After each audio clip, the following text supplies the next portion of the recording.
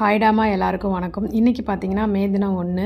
இந்த மே தினத்தன்று நம்ம காலையிலே ஆசிரமத்துக்கு போயிட்டு அவங்களுக்கு சுவையான உணவு, அவங்களோட வயசில் அவங்க நிறைய உழைச்சிருப்பாங்க, அவங்க இப்போ ஓய்வு எடுக்கிறாங்க.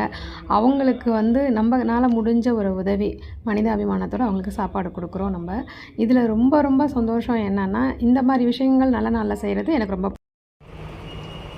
ஹாய்டாமா எல்லாருக்கும் வணக்கம். இன்றைக்கி பார்த்தீங்கன்னா இந்த மே தின நாள் உழைப்பாளர்கள் தின நாளாக நம்ம கொண்டாடுறோம். அந்த உழைப்பாளர்கள் தின நாள் அதுவும் நம்ம ஆசிரமத்துக்கு எப்பயுமே ஒரு விசேஷ நாட்களில் தான் நம்ம ஆசிரமத்துக்கு நம்ம இவங்களோட நம்மளுடைய அந்த சந்தோஷமான தருணத்தை நம்ம கொண்டாடுவோம். இன்றைக்கி உழைப்பாளர்கள் தினம்.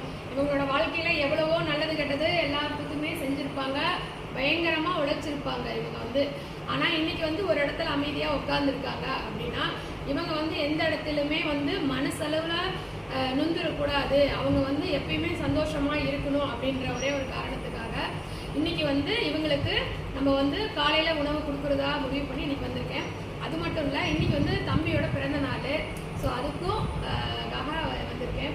அது இல்லாமல் இன்றைக்கி சித்ரா பௌர்ணமி, விசேஷ நாட்கள். எப்பயுமே விசேஷ நாட்கள்னால் வீட்டில் சாமி கும்பிட்ட கையோட இந்த மாதிரி ஆசிரமங்களுக்கு இல்லாதவங்களுக்கு சாப்பாடு, ஒரு வேளை சாப்பாடு கொடுக்கறதுனால நம்மளால முடிஞ்ச அந்த ஒரு சந்தோஷன்றது எனக்கு வேற எங்காவது கிடைக்குமான்னு கேட்டால் கண்டிப்பாக எனக்கு கிடைக்காது.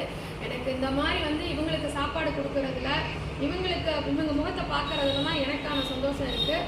ஸோ நான் இன்னைக்கான உழைப்பாளர் தினம், மே தினத்தன்னைக்கு இவங்களை பார்த்ததுல எல்லாத்தையும் பார்த்ததுல ரொம்ப ரொம்ப சந்தோஷமாக இருக்கேன். ஓகே, உங்களால் முடிஞ்ச அளவுக்கு மே தினத்தன்னைக்கு, மே தினம் இல்லை மற்ற இன்னைக்கு ஃபுல்லாகவே உங்களால் முடிஞ்ச அளவுக்கு நீங்கள் யாருக்கெல்லாம் உதவி பண்ணணும்னு நினைக்கிறீங்களோ உதவி பண்ணுங்கள். ஓகே, நான் கிளம்பிட்டேன். பாய்.